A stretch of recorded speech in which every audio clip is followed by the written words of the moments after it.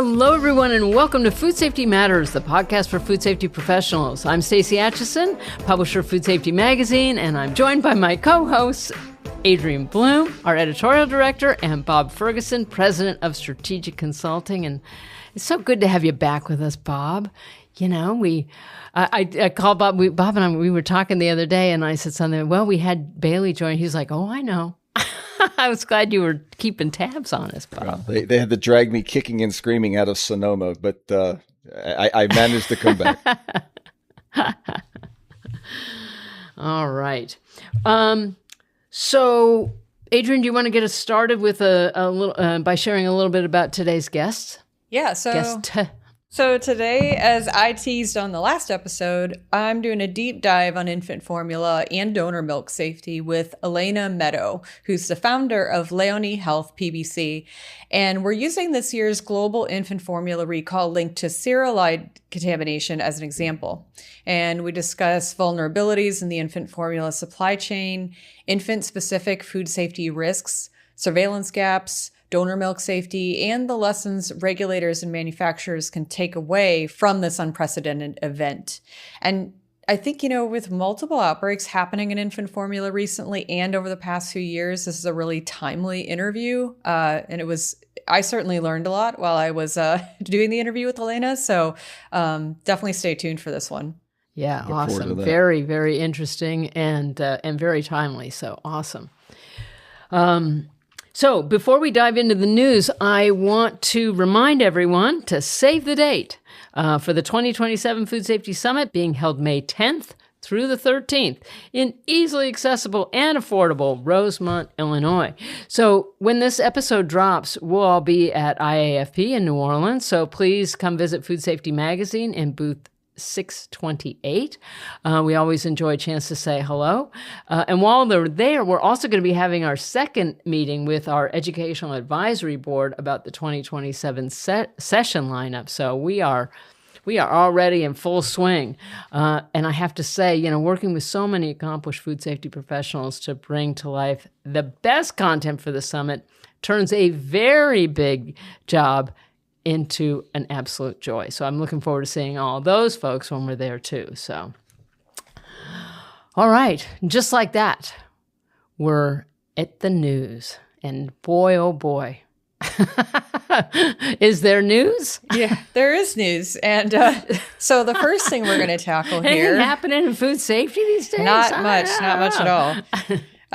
So by now, you're probably well aware of the cyclospora outbreaks happening around the country. There's a cyclospora outbreak? What's that? There is. There is indeed. There's probably more than one. Very likely. Okay. Almost 100% sure. So anyway, case counts are continuing to climb dramatically and to previously unseen levels in the United States. So the CDC issued a health advisory on July 14th for the outbreaks that are now spread across 34 states, and it's tracking illnesses beginning with one particular outbreak that started on May 13th as of the first illness case. So the CDC's official case count of confirmed cases that are tied to this one outbreak we'll be talking about, that's the one associated with iceberg lettuce. And that's the CDC is saying that there's just over 1,600 people sick as of July 13th. More cases will be added as they're confirmed. CDC is investigating at least 5,100 more cases, and state health departments are reporting even more.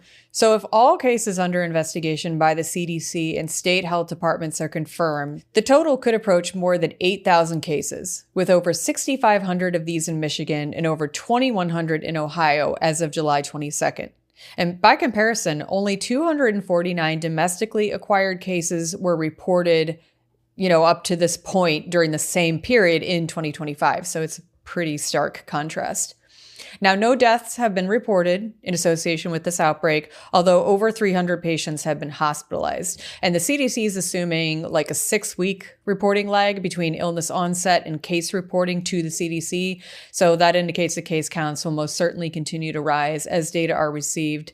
And as we've seen in recent days prior to recording this episode, the case counts are indeed rising rapidly, making this the largest cyclospora outbreak in U.S. history. So On July 17th, FDA announced that its traceback investigation had identified Taylor Farms of Mexico as a single supplier of implicated iceberg lettuce products to Taco Bell locations where sick people fell ill.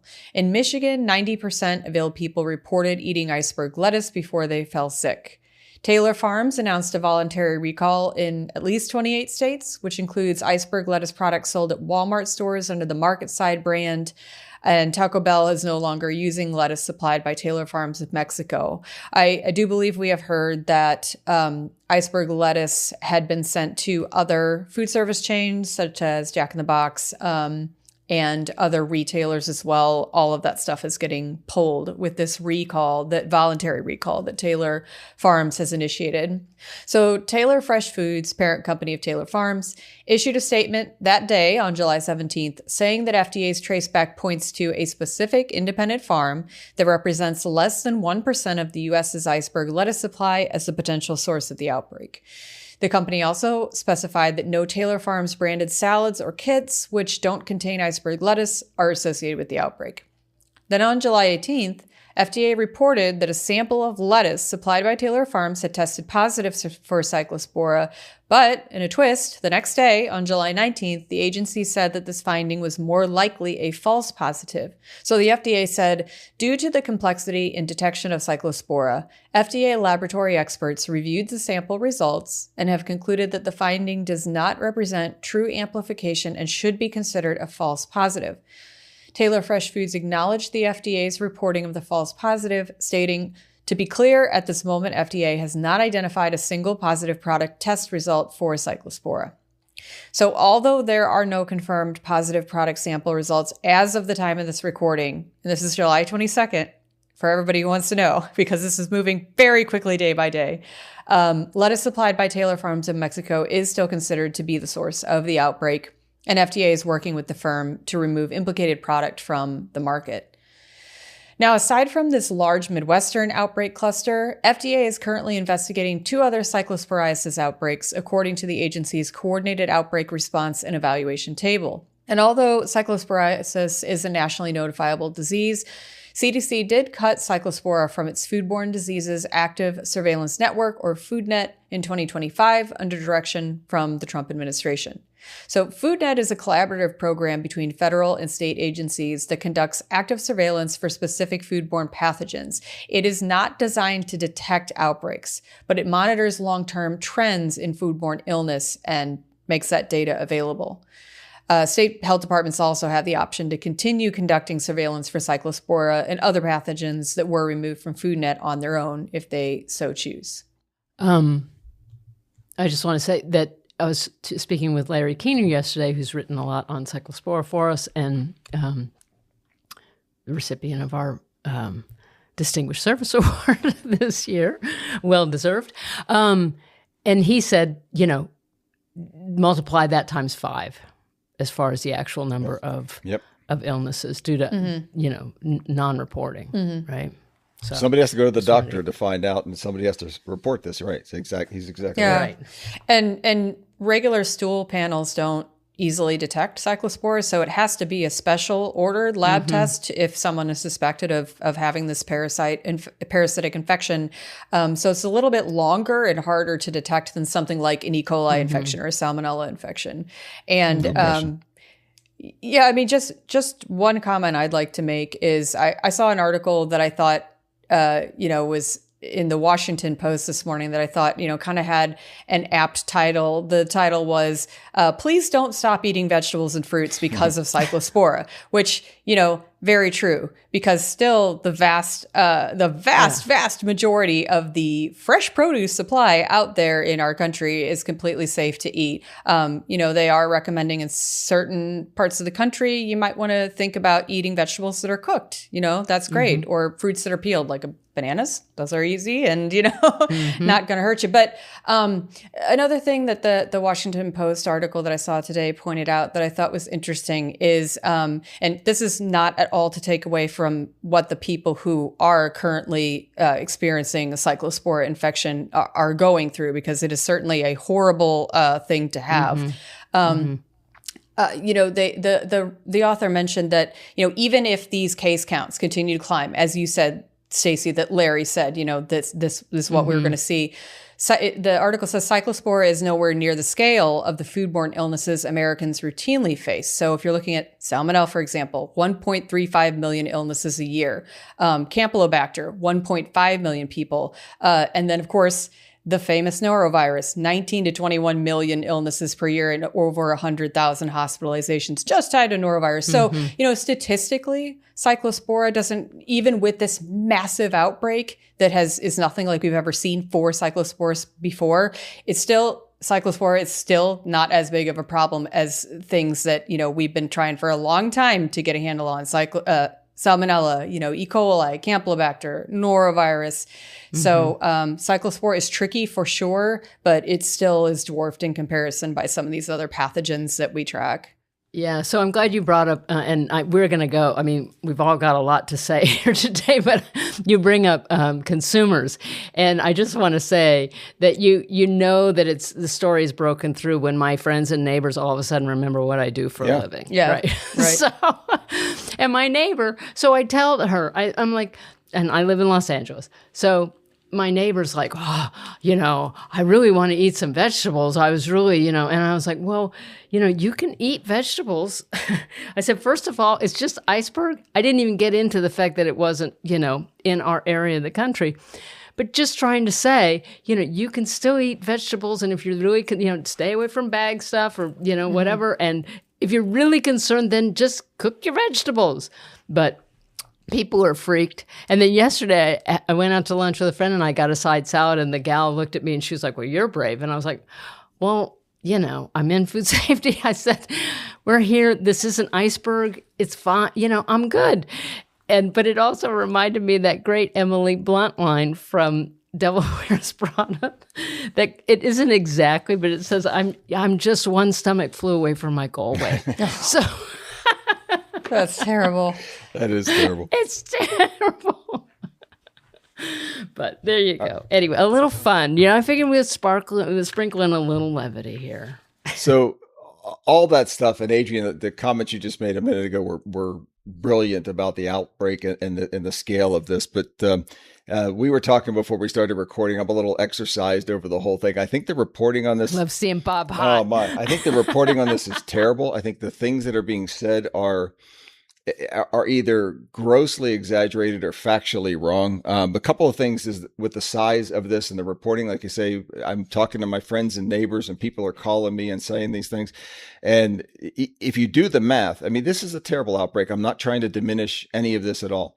But the idea that everything possible other than, I don't know, French fries or hamburgers are implicated in the whole thing, and people are not eating vegetables and they're moving off of it. One of the things I found that was really interesting to give you an idea of the scope, other than the fact that it's on national media, it's not just on the trade media and things like that. It's on every single channel and every single type of public media.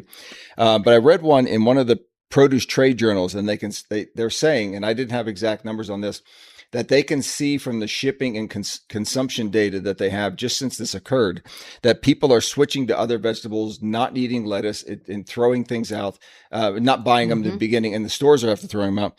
And Taco Bell visits are down more than 20%. So it's across the country. It's all over. It's got a huge impact. The other thing that comes up, and Adrian, you said this pretty well, I won't lament this too much, is the idea that there were some cuts in the food net system. What that would probably do if it has any implication whatsoever is affect the data downstream. Because even on the CDC's own website, they say the food net program is not designed to investigate outbreaks. It's designed to have a stable set of data that you can refer to. And it's all in retrospect. So you can say, like Adrian, you said the number of outbreaks we have this year versus 2025. That's the kind of thing that FoodNet delivers, but they don't go out and investigate these outbreaks or incidents, because that's not what they do. The other thing I found interesting, and I'll go through this real quick, is I think it would be better if it's possible to get this across to the public, what's going on, what cyclospora is, and why it is so difficult because you have this false positive and false negative. And the industry people are saying one false positive or one false negative does not decide it. That's not how you do this. There's a lot of other information that they have as far as the traceback. But the other thing about this is cyclospora is very difficult to work with. It's not a bacteria. It's a different sort of organism for, I'll skip it. It's got different types of structure. Bacteria are what are called prokaryotes, or they're prokaryotic. This is a eukaryotic, which makes it really difficult. When you start to analyze for this, and particularly because you're using PCR and molecular methods, the cyclospora oocysts, the little eggs, if you will, none of the microbiologists yell at me for saying that, but the way they work, you have to break through that membrane and extract the molecular material. It's very difficult to do. So the idea that they had a false positive is not really that hard to imagine. So this is nothing conclusive. It's nothing dramatic about what's going on, but it'd be nice if the FDA would come out and say, here's the information that we do have. Here's what's really happening, because people are making the assumption that this is a complete across food. And when we've talked about this before, when people think the American food system is going to hell in a handbasket, and it's not at all. But this is the kind of thing where if you don't get information, people just say, I'm just not going to eat that. You can't do this. And you're in an environment when you're saying people should eat more fresh fruits and vegetables, and people say, no, I'm not going to eat any of this. But a lot of the information that's come out is purposely inflammatory. And I'm not going to talk about which articles, but I've not found very many articles other than the ones we have in the magazine, but I'm talking about in the popular press, where the things that are not conflated to the point or purposely inflammatory to make this seem worse, to make some sort of point, but it does no good for the rest of the lettuce eating public to hear this and think that how terrible things are. And it seems that these things come along all the time. So I'm really disappointed in a lot of the factual things that are being said that are making people feel terrible about this, and they can't touch lettuce anymore because most of it is nonsense or vastly exaggerated. Yeah. Well, where to start on this? I've been Bill Marler's had some interesting articles on this. I think that the first one that he put out on reap what you sow was very interesting, where he went back and because the politics on it obviously get skewed, yeah. And he drew a through line across Republican and Democratic administrations. The outsized influence that industry has on policy. I mean, it just can't be overlooked. I mean, you can't really just say, oh, well, after industry lobbies against something because they want to protect their profit margins. And then when things, go wrong and funding gets cut and programs get delayed. Now, Bob, when we were talking earlier, Bob said, the idea that if the traceability rule had gone into effect, that this would have been caught.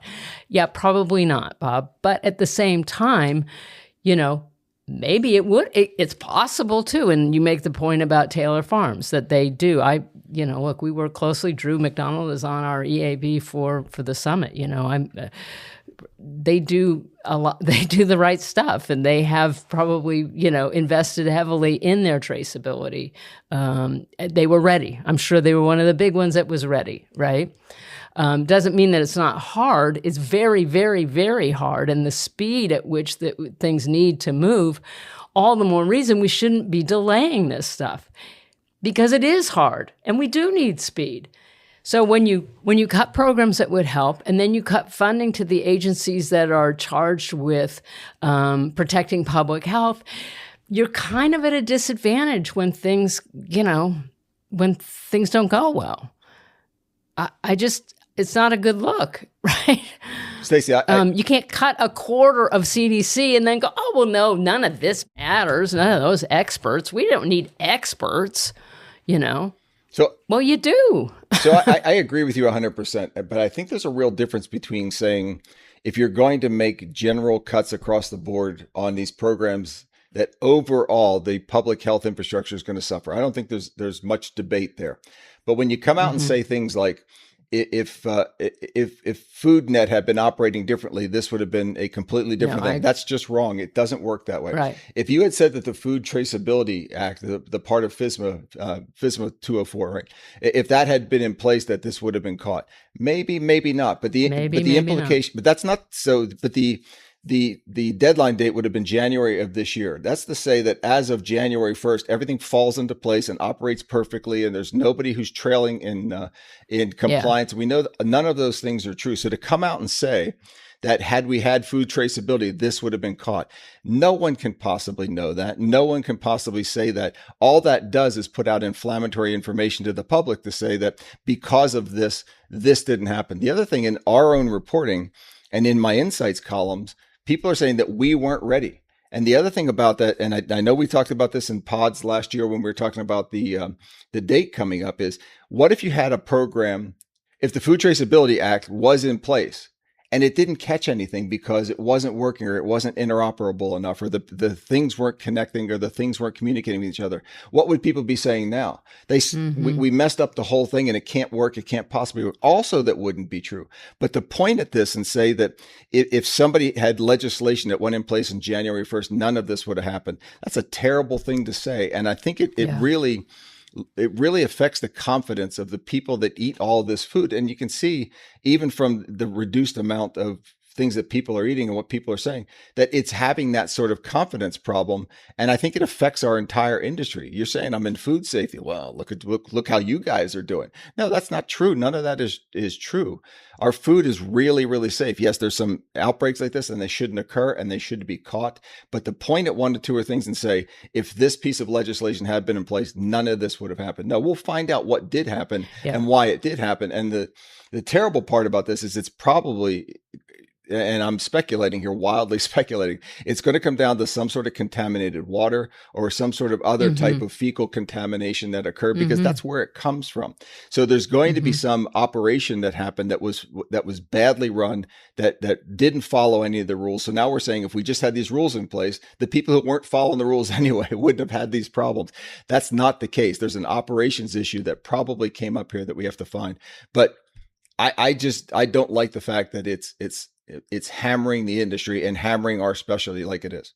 Well, I think that your point about, though, well, if it were in place and the people following the rules or not following the rules, I mean, back when, I hate to always go back to our organic days, but people would say, oh, well, the big company's getting involved and they're going to ruin organic and blah, blah, blah, blah, blah. And I was like, well, they're probably going to follow the rules because, that's true.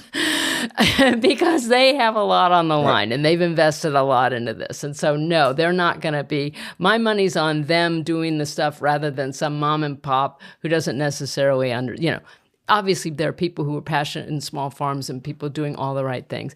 I think, to your point, Bob, blanket statements either way aren't great.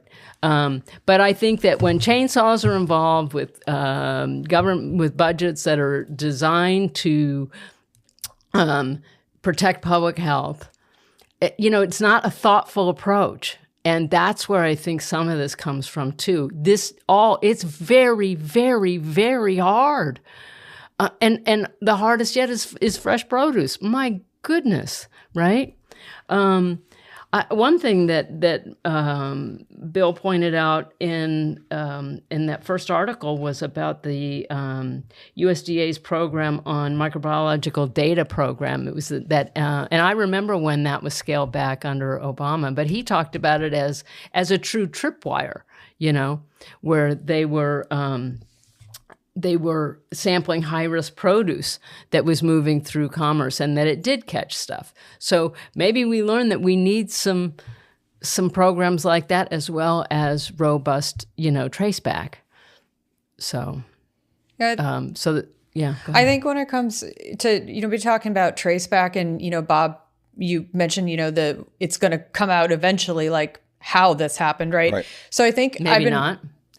Well, I've been reading, I guess I've been speculating on that, though. I've been reading some interesting quotes from some folks that were quoted in a good New York Times piece on this, that was from yesterday, July 21st, and talking about the size and scope of this outbreak. So it's obviously bigger than anything we've seen with Cyclospora in before. And so, there was a Dr. Kalmia Neal, who's a professor of microbial food safety at the University of Delaware. And she pointed out that, rightly, it's unlikely that a single sick person who, didn't wash their hands properly after going to the bathroom and before, working on a produce harvesting operation could have caused such widespread illness. So, just speculating, of course, but, she was saying that, you might have had this parasite spreading to multiple farm workers who got ill, causing a lot of shedding of these oocysts in the waste. And then you could have had, for example, a leak in a septic system or a heavy rainfall that spread this waste and allowed it to seep into water that was then used to irrigate crops. The same type of contamination could, be used in water that washes fresh produce, or it could be spread to harvesting equipment.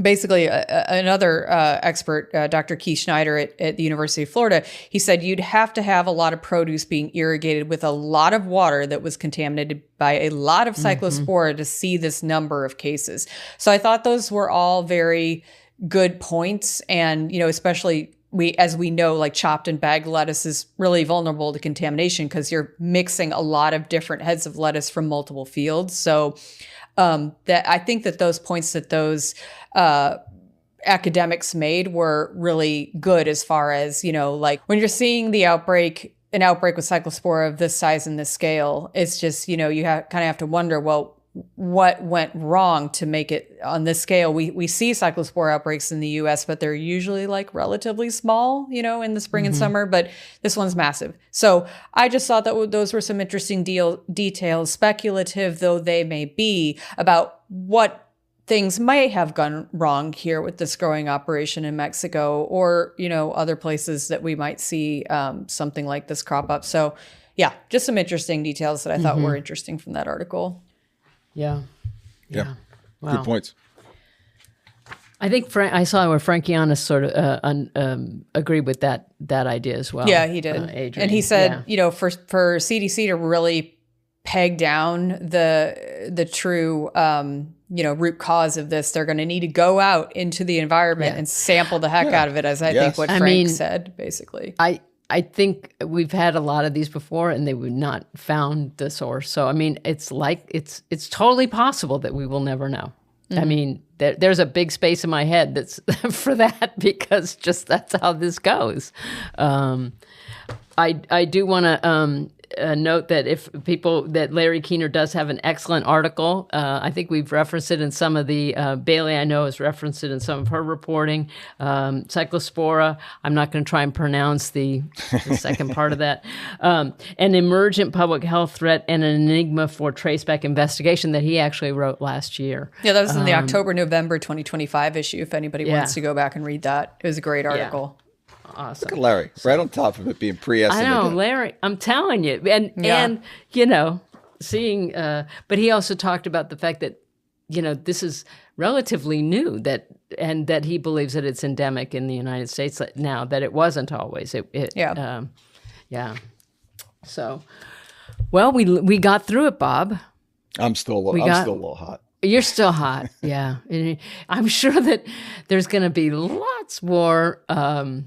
This is going to be one of those ones because it's so big, right? Yeah. It's going to have an impact. It's going to leave a mark. Yeah. So yeah. So okay, let's turn to some international news now. So the Codex Alimentarius Commission has published its strategic plan for 2026 through 2031. And that outlines how it intends to respond to emerging food safety challenges over the next 6 years. So the plan reaffirms Codex's mission to protect consumer health and promote fair practices in international food trade, while also introducing a monitoring framework to measure progress toward its objectives. So the strategy is built around 4 principles. First, Codex will strengthen the development of science-based standards by expanding horizon scanning, improving the use of scientific advice from FAO, WHO, and their expert bodies, and addressing emerging food safety issues through the development of standards.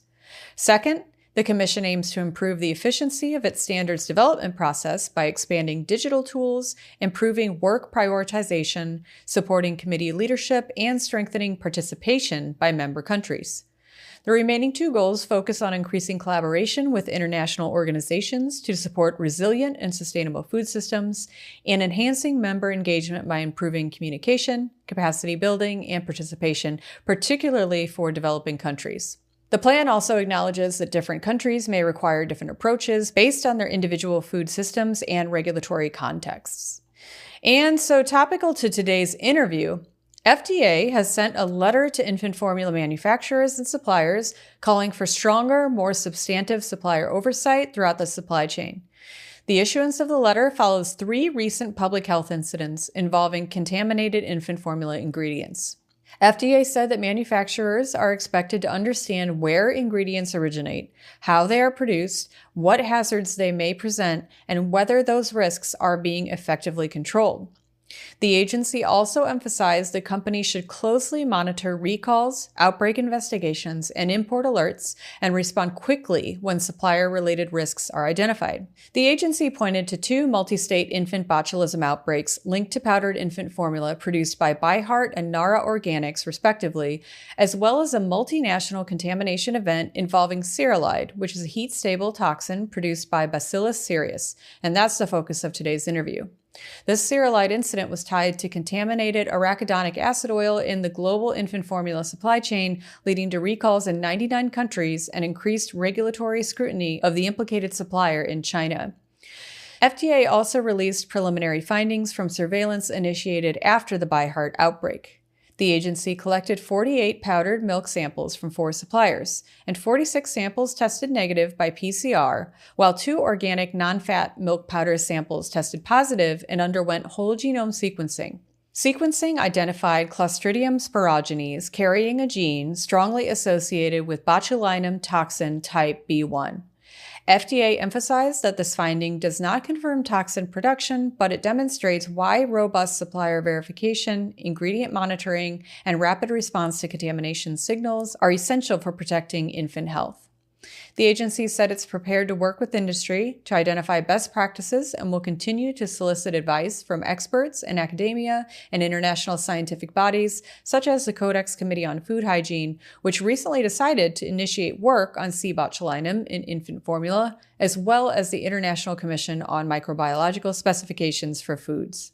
I would love to know more about the background to this because it fascinates me a bit that we can't tie down better quality in infant formula with all the issues that have happened back from the issues that we had back in 2022 and the shortages still coming up with other things.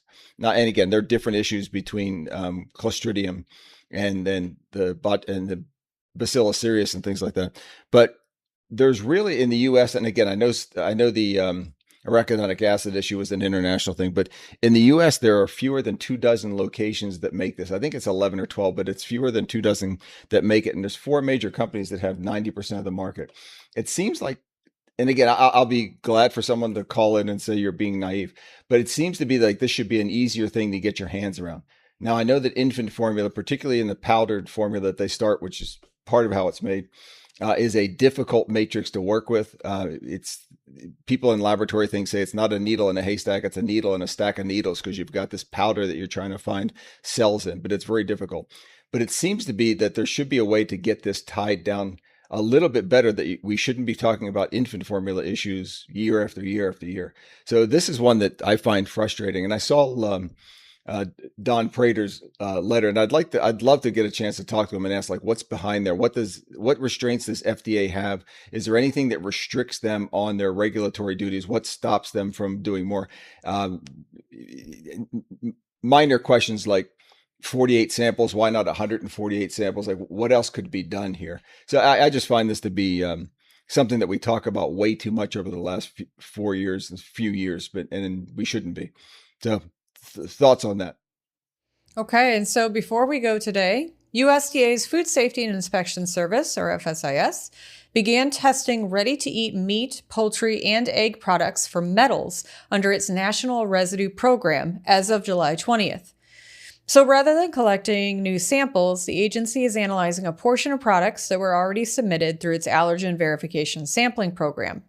So this expanded surveillance is intended to strengthen monitoring for emerging contamination risks and improve FSIS's ability to identify trends and potential sources of metal contamination.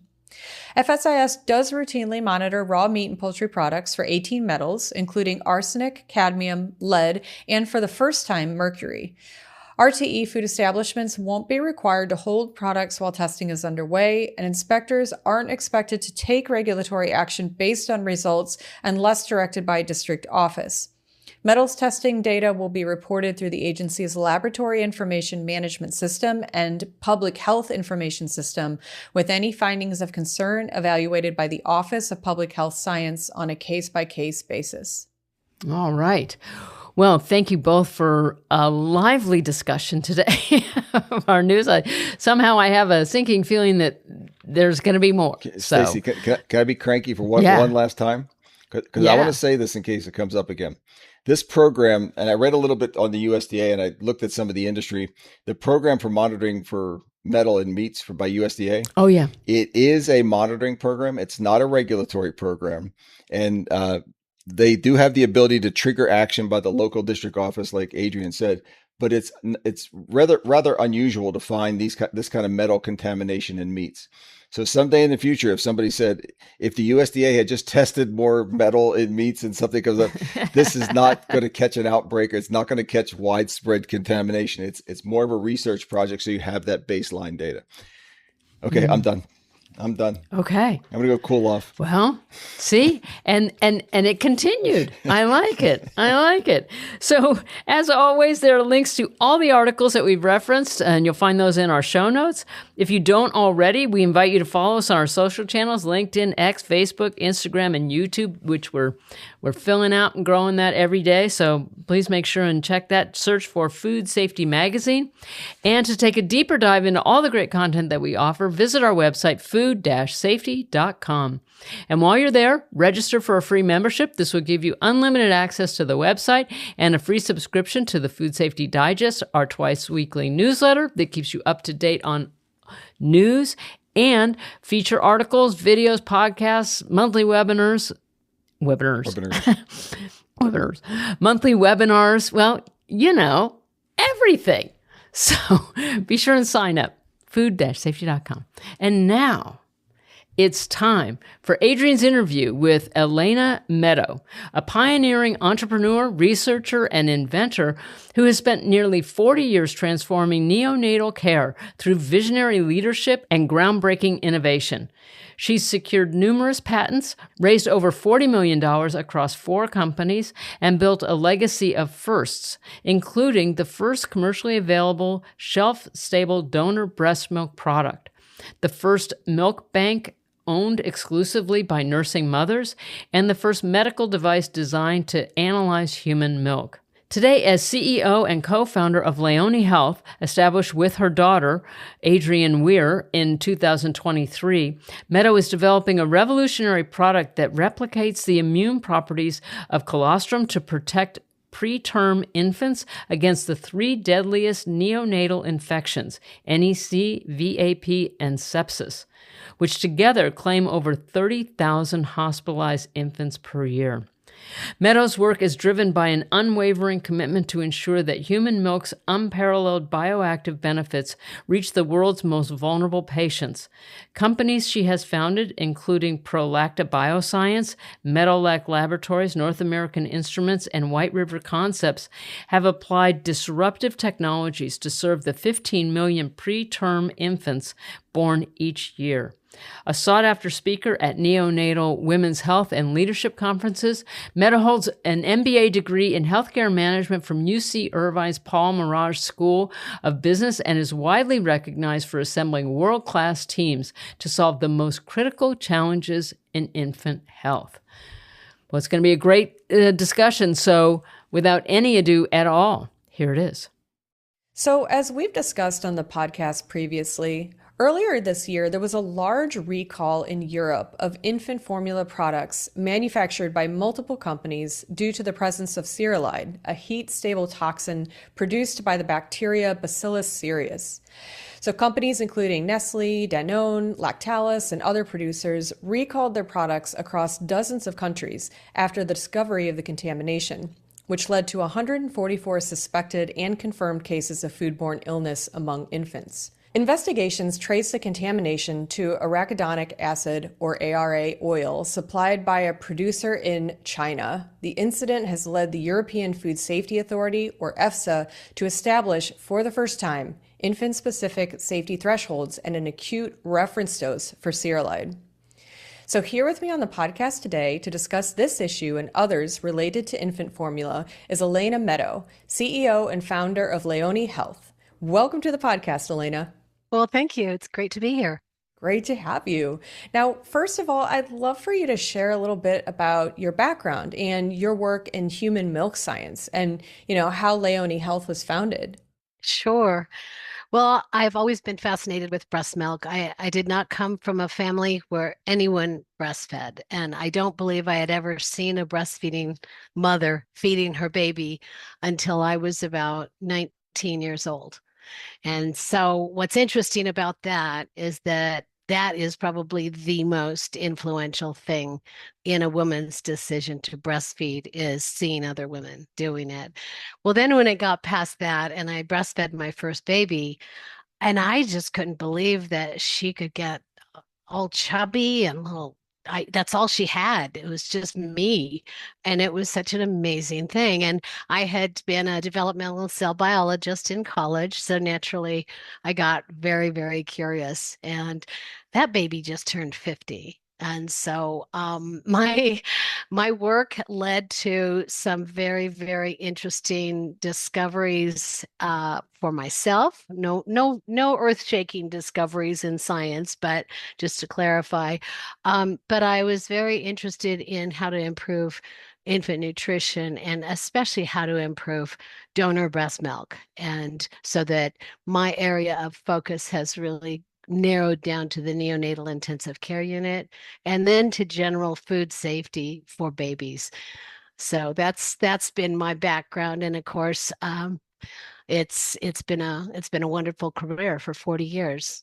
That's a fascinating background, and thanks for sharing that with our listeners. Now, as we look at the cereulide contamination incident that we saw this year, this issue impacted 99 countries and territories, including the US. And the World Health Organization notes that there's ongoing uncertainty as to the full extent of infant formula distribution and exposure, as well as remaining gaps in case detection and root cause information.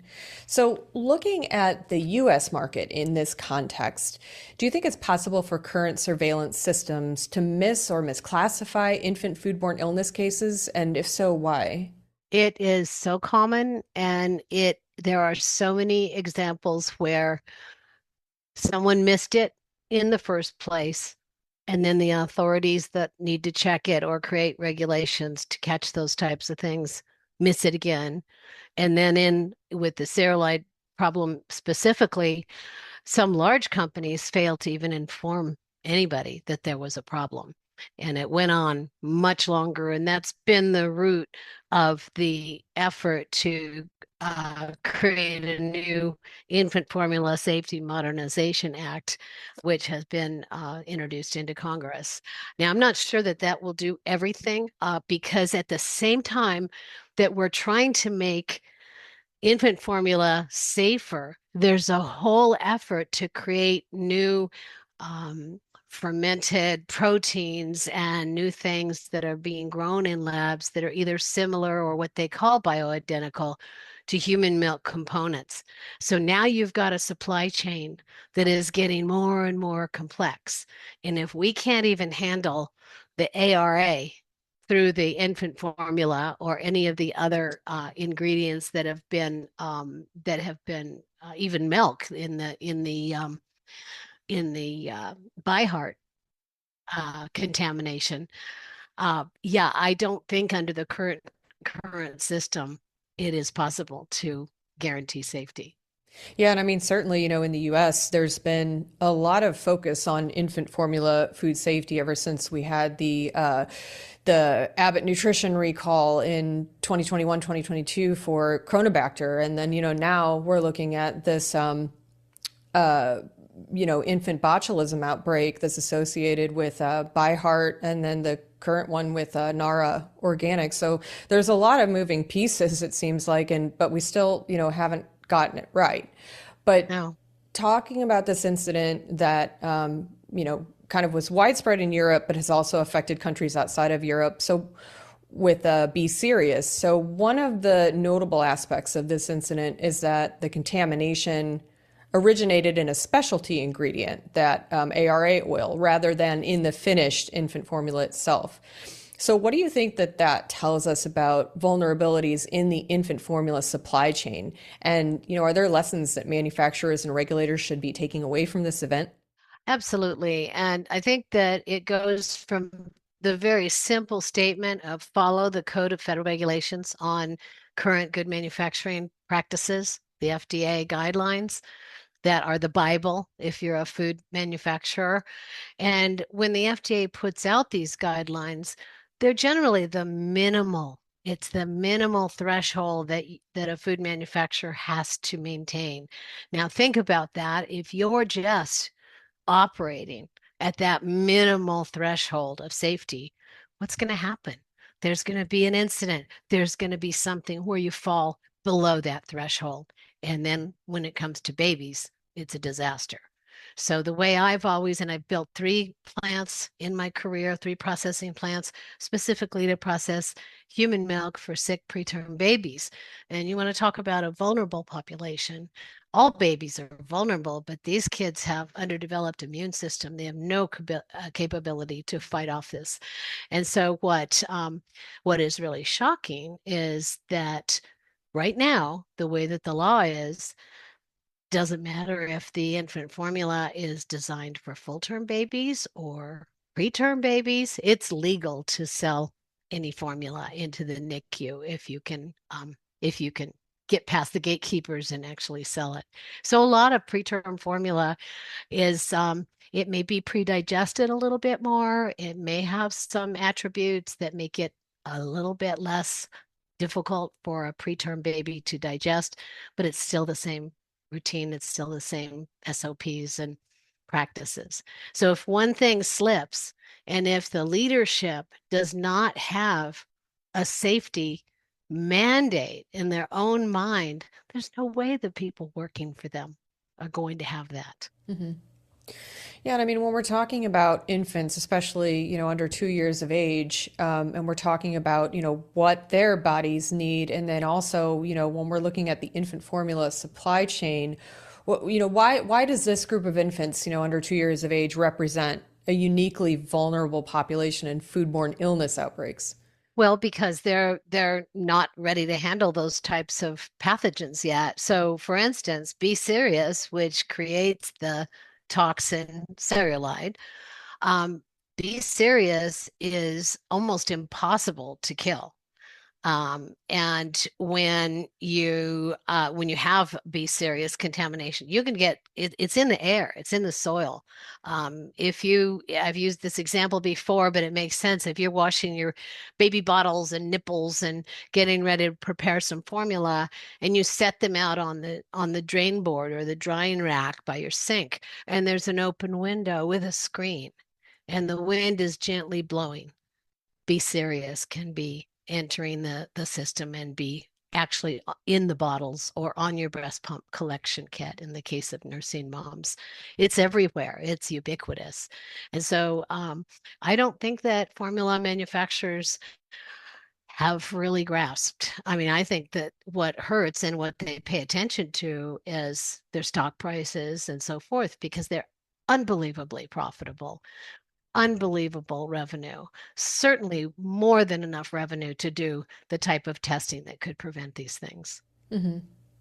Yeah, and of course we know that infants, they're dependent on either breast milk or formula, right? They eat one thing. And so, Exactly. that's another reason why, if you've got an outbreak associated with formula, you're affecting a population that relies on maybe relying on that solely for nutrition. So, Right. it's a pretty severe thing when we see outbreaks in infant formula. But Absolutely. And when you see a history of some of these companies absolutely ignoring regulatory warning letters, absolutely not responding to inspections that result in a bad inspection report where they have what's called findings, and no interest in correcting them. I mean, in the case of, I mean, the NARA case is still very young. It's not all in yet, but the FDA did confirm just, I think it was just today, that the source of the contamination with the NORA was very likely the same ARA. The problem there is when the contamination occurred earlier this year with the ARA, the FDA ordered the companies, including the company that provides the ARA, to give them a list of everywhere they had shipped it to be made to be included in infant formula. And they didn't include NORA at the time. They did not include NORA. This last chapter could have been prevented had they done their job.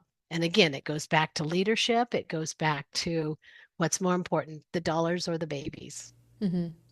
yeah, I believe is the organic whole milk powder that was came from the same Yes, Dairy dairy Federation of farmers. America, yeah, Dairy Correct. Farmers of America plant, and that was sent to both. That was in use by both ByHeart and Nara Organics for a time. And yeah, I mean, we are still early in the Nara Organics investigation. There's still information rolling in. As you said, we're recording this episode in late June. There are details emerging just today, earlier, that about this, but Correct. definitely one.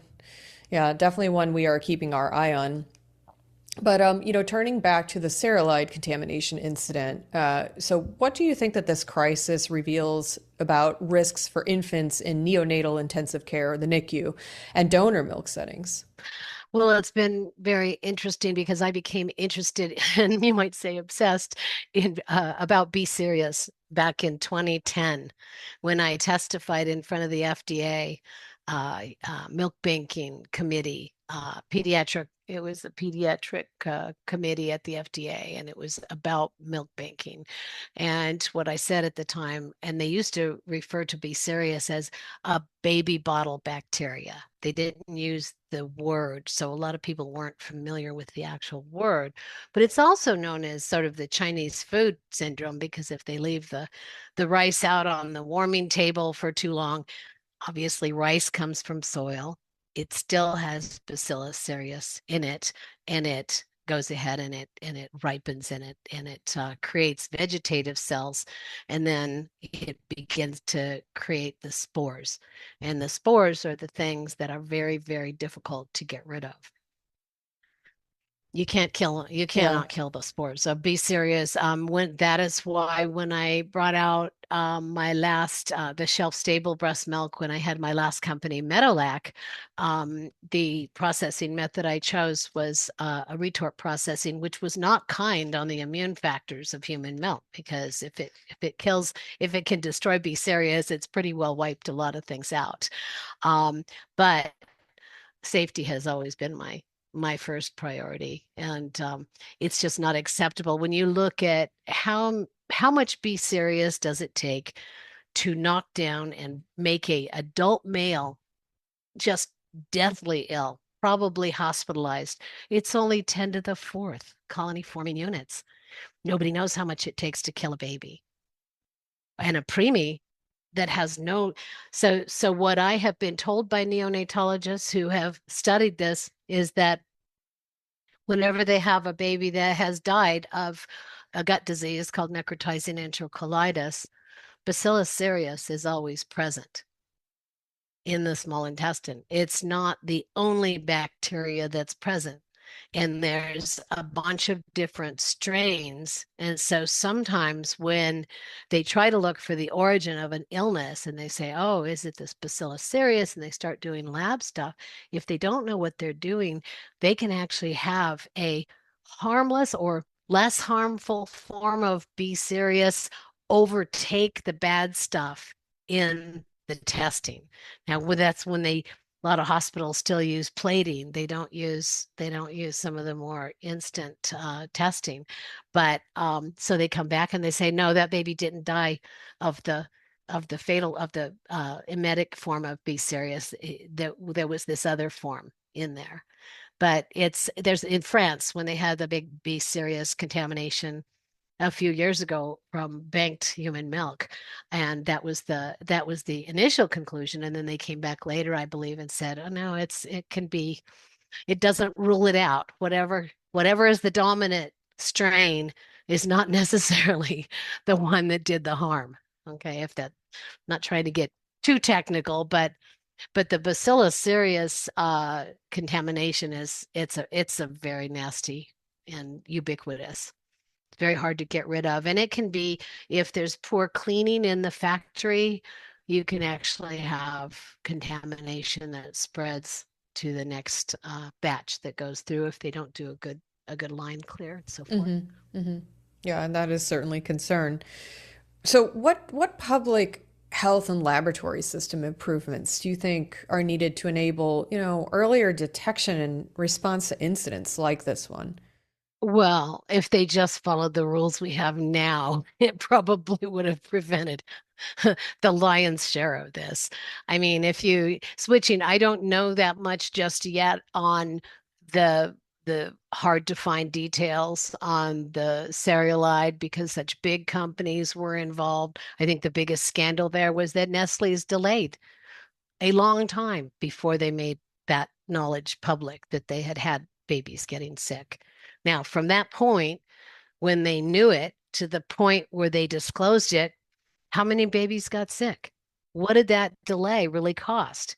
And so that's a big part of this new infant formula safety modernization act is it puts in some it's not like they have to do new standards, but this is tightening it up. And in any other food, if a food manufacturer knowingly keeps shipping a product that they know that there's a problem with, that's criminal. And I think that there should be a consideration for criminal charges for some of these companies. I mean, what's really sad is that, you hear about, for instance, and I'll just go back for a second to this to the ByHeart deal with the botulism. And what the news reported was, oh, the babies have all been discharged from the hospital now, and thank goodness there was this biologic that new biologic that could stop the botulism in its tracks. Problem is, a bunch of those babies already had been very damaged. Several of them are still on feeding tubes at home. Several of them have to have physical therapy because they've lost their motor function. So to read their statements, and they're all online, it adds a whole different aspect to how serious this matter is because it's a matter of trust. And if you can't trust the company that makes the food you're putting into your baby's mouth, then you better do something else. But how do they know they can't trust it? I mean, ByHeart promoted their formula as being the modern formula, much better than anything else that's ever been done. And in doing so, they opened up a whole new risk category. And of course, you can't just say, oh, it was my vendor. Oh, they did that. The food manufacturer is responsible for everything in that manufactured food, whether they directly create it or they procure it. And now with my business, I'm very, very concerned about these human milk components that are just right now, it would be legal to add them to any formula they want. And I would say that that is the stupidest thing I've ever heard when they still don't have the basic formula safety dealt with. It's just I'm kind of outraged to be serious. To be serious. I didn't mean to make a pun out of a terrible thing, but it's an odd bacteria because it has I don't know if you'd like to know a little bit more about how it gets spreads or anything like that. Yeah, I think that would be fascinating for our listeners. Yeah. Okay. Well, what it has, it has something called a sigma factor, a sigma um, stress response. So let's say that you have, let's just talk about breast milk for a minute. So let's say you've pumped your milk, you're heading to the hospital to bring it to the baby, and you have taken it out of the freezer and it's thawing, it's partly thawed, and it's exposed to some different temperatures. These things can cause the Bacillus cereus spores that are pretty much everywhere to bloom. So anything like a change in heat, change in cold, oxidative stress. If the B. cereus doesn't have enough to eat and it's actually starving, it starts creating spores. The idea is, hey, we're in a challenging situation right now. We're not going to make more vegetative cells. That's the actual bacteria. We're going to make all these spores so that when the danger or the environmental changes go away, those spores can bloom into vegetative cells again.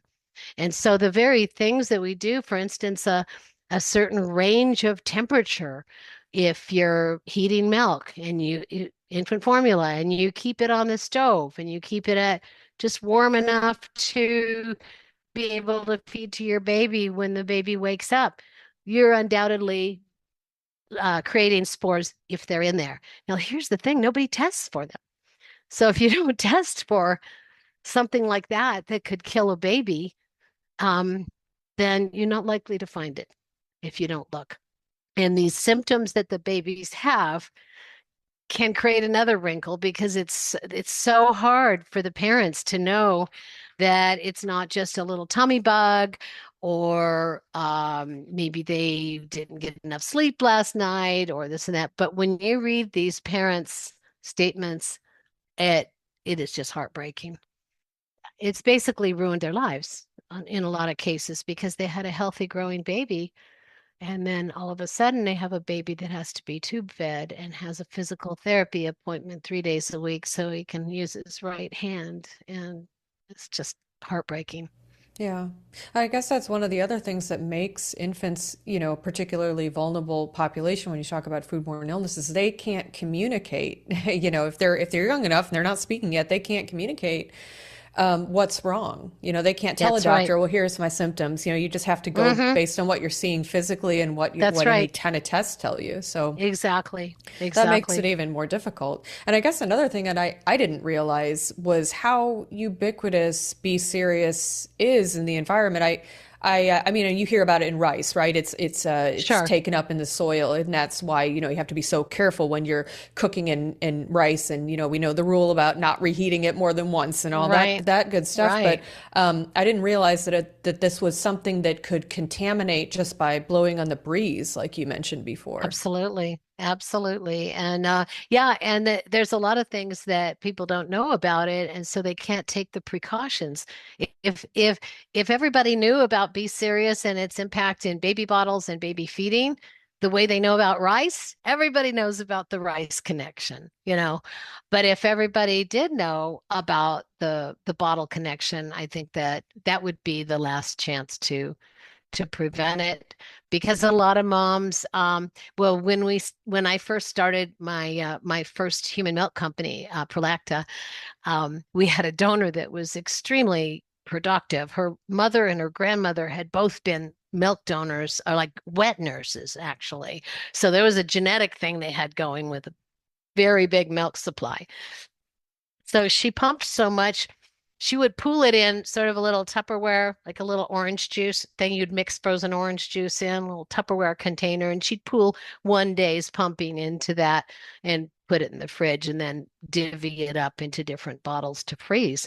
And when we got her first donation, it was probably the dirtiest milk I had ever seen. We test everything prior to processing, obviously. We do, not all the milk banks do that. But um, it was really horrible. And so we asked her, we couldn't use it. We asked her about her processes.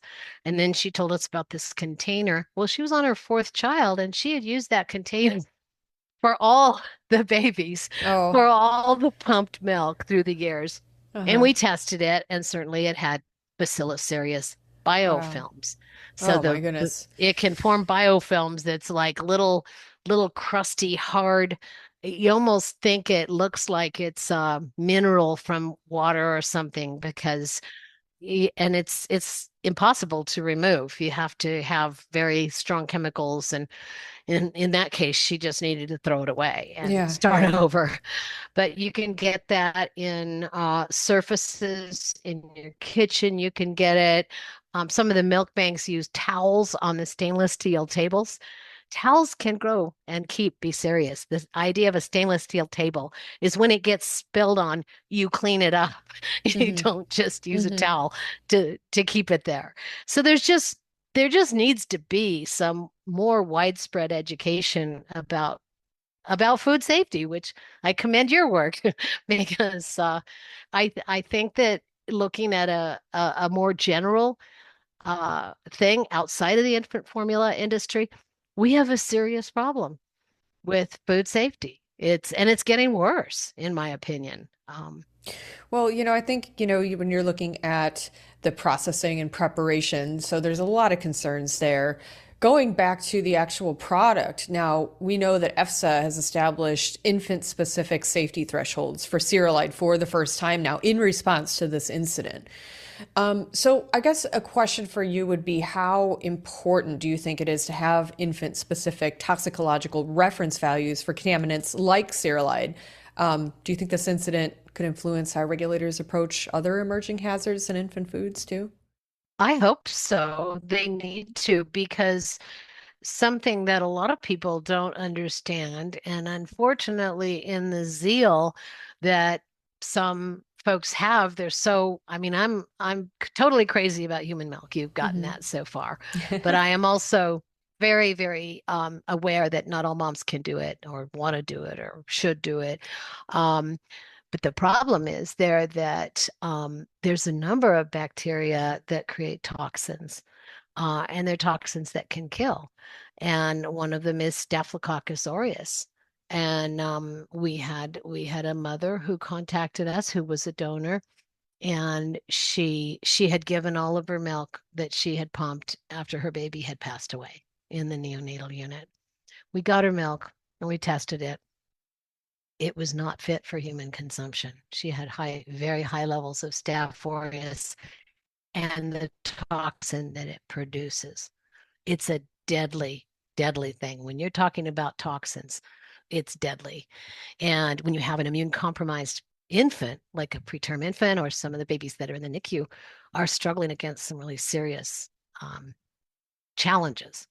Sometimes they have bad hearts, they need heart surgery, but then that requires a different type of nutrition so that their system isn't too taxed with protein levels that aren't right, things like that. So I feel very strongly that yes, all babies are vulnerable and infant formula should be safe for all babies. But I am going to be seriously advocating for a different standard for neonatal intensive care unit. And the very food regs are based on pretty much healthy individuals receiving the food. So yeah, I think that it will have an impact, although I would highly question that any amount of Cereulide would be safe for a baby. And so the premise of saying, oh, gee, well, my first question would be how easy is it to quantify? Because a lot of these toxins, they require some very advanced laboratory processes, which the formula companies definitely have. But the question is not so much can they detect it, but it's like if they detect it, how much money are they going to lose on that production lot? That's really what it comes down to. And I'm not saying that they're bad people at all. I know a lot of people in the formula industry, and they're very upset over what has happened, but it's almost really like a runaway train at this point. And the only way moms can absolutely assure safety is to know where it came from. And if it comes from her breast, she's probably going to be okay. And I'm not saying that every mom should just be bullied into breastfeeding, but My second child actually had a bad experience with an infant formula where one of the companies decided to not put iodine in. She was healthy. She was wonderful. I just had gotten a promotion and I had to fly from San Diego to LA every day for training. And then I'd come back and I'd nurse her at night, but she had formula during the day. So I've done it. I know how it is. Well, she got very sick and she ended up being in the hospital.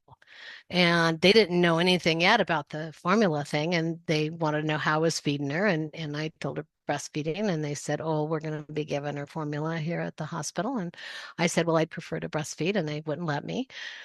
So when they were out of the room, I just leaned over her little open eye Celeste and gave her my breast milk. And of course, for the rest of the time she was in the hospital, she was searching for where did where did that breast go that was hovering over there. So the doctor, after 4 days, the doctor says, well, we don't quite know what she had and we don't know why she's getting better, but we're going to keep doing what we're doing. And I'm like, well, doctor, let me tell you what we're doing. We're giving breast milk. And he says, I was kind of wondering because she was outputting more urine than she was taking in of liquid. And so it just can happen anywhere. It's a manufactured product, but it happens more if leadership is asleep at the wheel or doesn't value the things that the rest of us think are important. Mm-hmm. Mm-hmm. So I'm curious because, we've been talking about formula, but then also when we're looking at donor milk, and you mentioned that, I think you mentioned like the staph bacteria can be actually transferred through even breast milk or donor milk and Oh, other yeah. bacterias as well. I actually wasn't aware of that. I'm not a mother, so I don't have any Okay. experience with any of the breastfeeding or anything like that. But Right. that's so interesting to me because I didn't know that those types of harmful bacterias could be. So which ones are we looking at when we're talking about donor milk food safety or even your own breast milk food safety? What kinds of things can people do to avoid that Yeah, type of? well, good hygiene to start Hmm. with, washing hands, and keep in mind that here is a person, the mom is a food provider to the baby, but that mom is also changing diapers and possibly multiple diapers. There may be toddlers in the house. She's wiping bottoms, she's cleaning up messes. If she gets sloppy about her own personal hygiene, then you're going to see E. coli, Enterobacteriaceae. You're going to see the bathroom bugs. That's what we call them. They're grouped into a little group. You'll also see them if this poor mom has gone back to work and has to pump in the bathroom because there's no pumping area. And it's getting better, but hey, I've been in this a long time. It should have been solved by now, right? There's also uh, uh, like I said, Bacillus cereus that can be from external contamination from the bottles, the pump kits. The pump itself can contaminate. And the big problem with that, and of course, being in the human milk business and processing milk for preterm babies, we had a full microbiology food safety lab, and we tested for just about everything that you can imagine, yeast, mold, all those things. Human milk is a very rich, nutrient rich substance and it loves to grow things. Bacteria loves it. Even the fat in human milk, there's certain bugs that like to eat the fat. So the key is to be clean, keep good hygiene. If you're using a pump, make sure that that pump is cleaned and probably boiled after either each use or daily. Then you get into the old wives' tales that are being perpetrated sometimes by nurses. And I'm not picking on nurses. I have a lot of nurse friends, but I was actually doing a grand rounds and somebody raised their hand and said, is it true that the moms in the neonatal unit don't really have to wash their pump kits? They can just put them in a Ziploc bag and put them in the refrigerator until the next time they pump. And I just about fell on the floor because I said, no, that is, would you cut chicken with a knife and then just put it in the fridge and use it on your other food? It's the same thing. It's a contamination. And I don't know if they're teaching home economics anymore or food safety in schools, But that's where my generation learned about food safety was in school. And now a lot of people don't ever prepare a meal at home, so they have no clue. But human milk can contaminate, it does contaminate. And a dangerous thing about that, you're very much in the majority and not realizing how harmful it can be if it's mishandled, because there's now some of these services to freeze dry mom's milk so they don't have to keep it in the freezer. And, I commend their entrepreneurship. That's great. They probably need to learn a little bit more about food safety before they take on that kind of project. But one of those companies is actually encouraging moms who have a baby in the neonatal unit to send their milk in, have it be freeze dried, and bring it into the hospital to add to their fresh pumped milk to up the protein and other things. I mean, it's definitely not with the hospital's knowledge, and any dietitians, nurses, or doctors that hear this that work in a NICU need to be alert, because they are proudly announcing that they have fed over 200 preterm babies this way. And the problem is that a lot of times the milk that is sent in to be freeze dried doesn't even belong to the mother that sent it in. The milk sharing is completely out of control, and babies have been injured or made sick when they've purchased milk online from another individual with no blood Mm-hmm. testing, nothing, drugs, alcohol. Yeah. Wow. So And it's and a kind of new old industry, and they just yeah. haven't got it right yet. Yeah. So. Oh, that's fascinating. But so I wonder if we could talk a little bit about your process at Leonie Health. So, you mentioned that you do extensive testing before the processing even starts. I'd love to hear a Right. little bit more about how this whole thing works. Oh, sure. So the moms have to qualify to be a donor, and we are raising the bar on qualification. There's been uh, kind of a standard donor milk uh, uh, SOPs, process, standard operating procedures, and they haven't really been changed in a lot of years. And so the milk banks, the nonprofit milk banks, they don't test the milk before processing. Instead, they test it afterwards. Um, Problem is that afterwards, they're not, most of them aren't being tested for Bacillus cereus or Cereulide. So if there is contamination when it's in the raw form, cooking it usually doesn't help. It's kind of like botulism in that way. So we tested for, well, the moms had to be qualified by blood testing with all these infectious diseases to make sure that she herself isn't sick.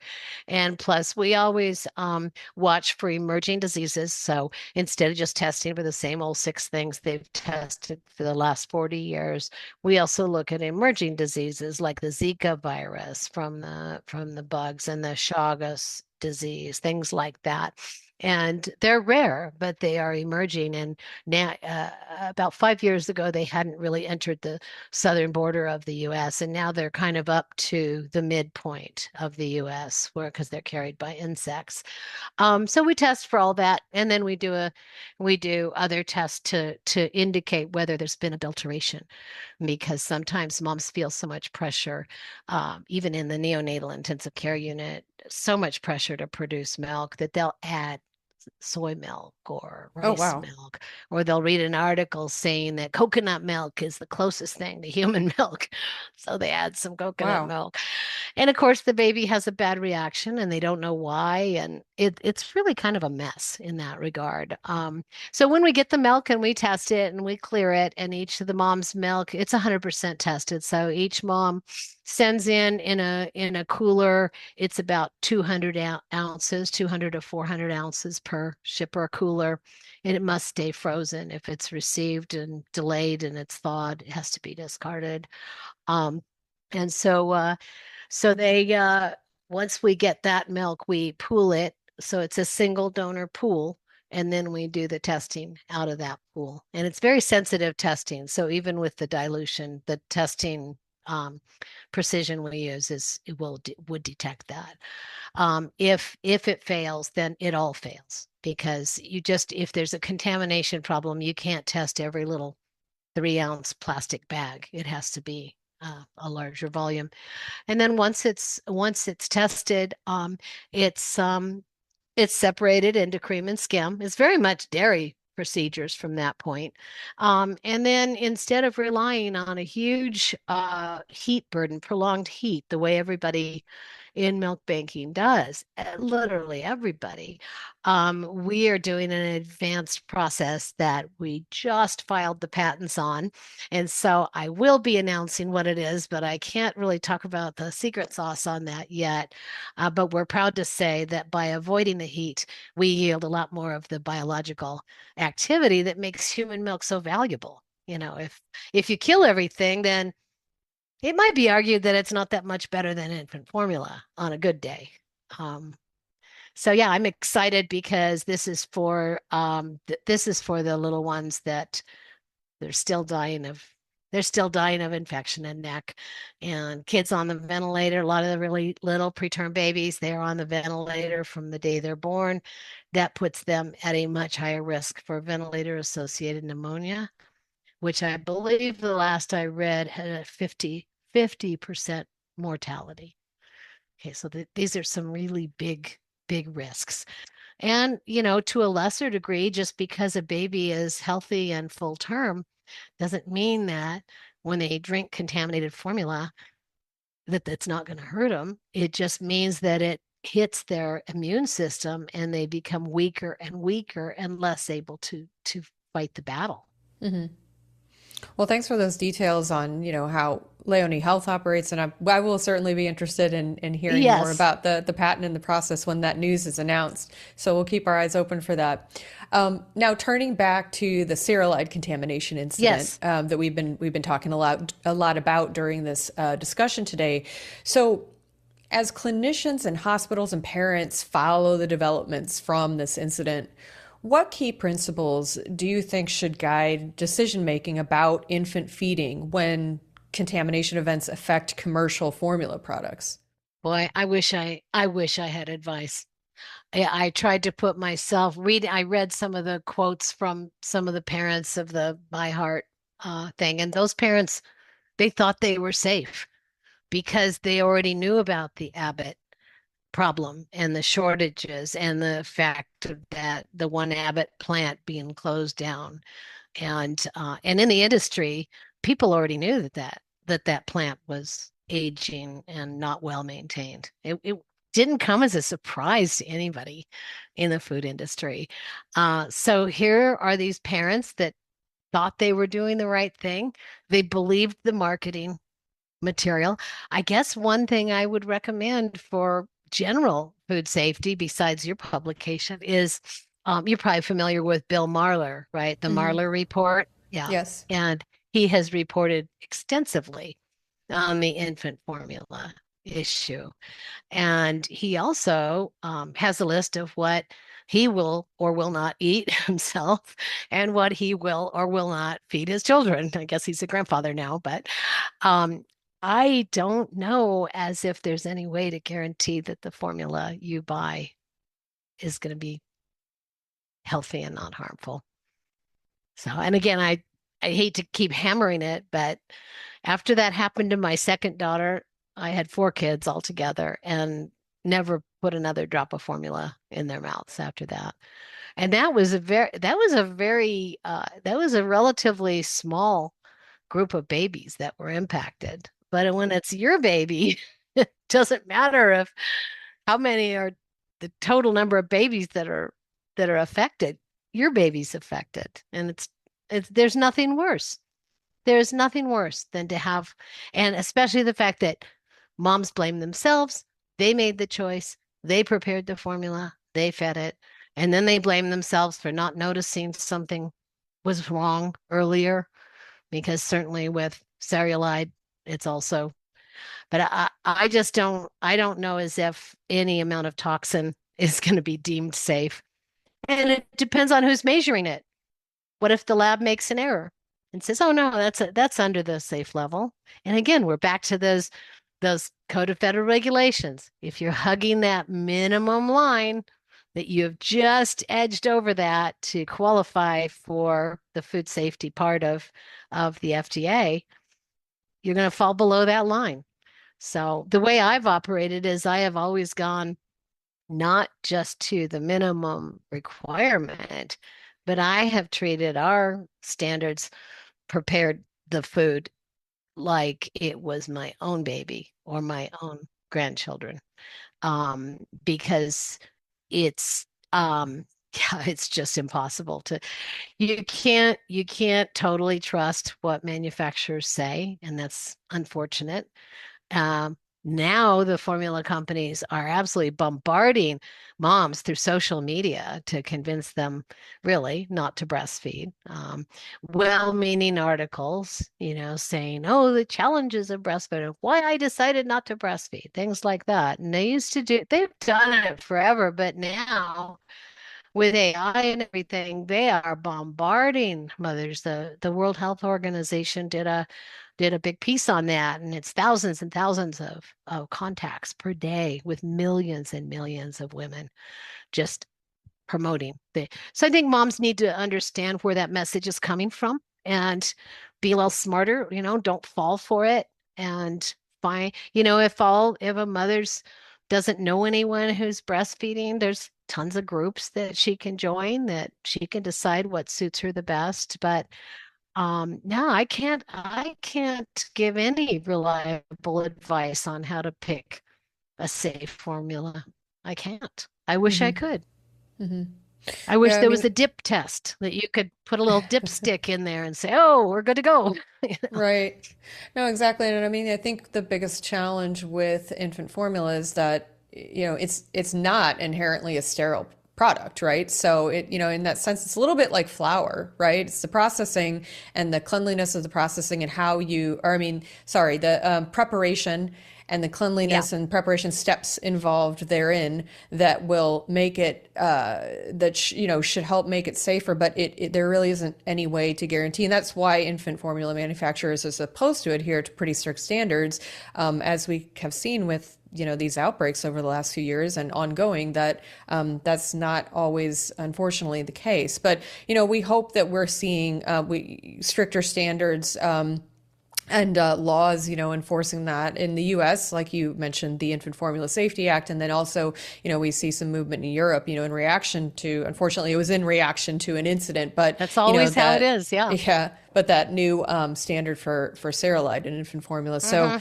I think we're seeing some interesting developments. Definitely a lot of things to keep our eye on, and I just really appreciate you, Elena, for being on the Oh, you're podcast so welcome. today Yes. to discuss this really important topic and kind of all around infant formula food safety. I think this has been really, really interesting for our listeners. It's a topic we report about in our in our web news and articles and things like that all the time. But to have somebody discussing this, on the podcast, I think is a unique opportunity. So thank you. Oh, you're so welcome, and anytime. And I just hope that moms that do have babies that get sick, I just wish them well and wish for full recovery for their babies. It just breaks my heart to Yeah, think about it. absolutely. So, thank you so much for Yeah, giving me a forum to discuss this. absolutely. Thank you, Elena. Thanks again to Elena Medo for joining us on the podcast today. And as always, thanks to all of you for listening. You know that we love hearing from you, so never hesitate. Send us questions and suggestions to podcast@food-safety.com. Or you can always post a note on LinkedIn, X, Facebook, or Instagram. We're always excited to get your feedback. And to make sure that new and bonus episodes magically appear in your podcast player, all you have to do is click that follow or subscribe button in the player of your choice, and presto, bingo, all the episodes appear. 222 plus bonus episodes. That's a lot. And while you're there, throw some stars our way by rating the podcast, especially if you enjoyed it. It only takes a moment, and it's good for everyone. And that's it for us today. Our next regular episode will post on August 11th. In the meantime, take good care of yourselves and those around you, and we'll talk to you then.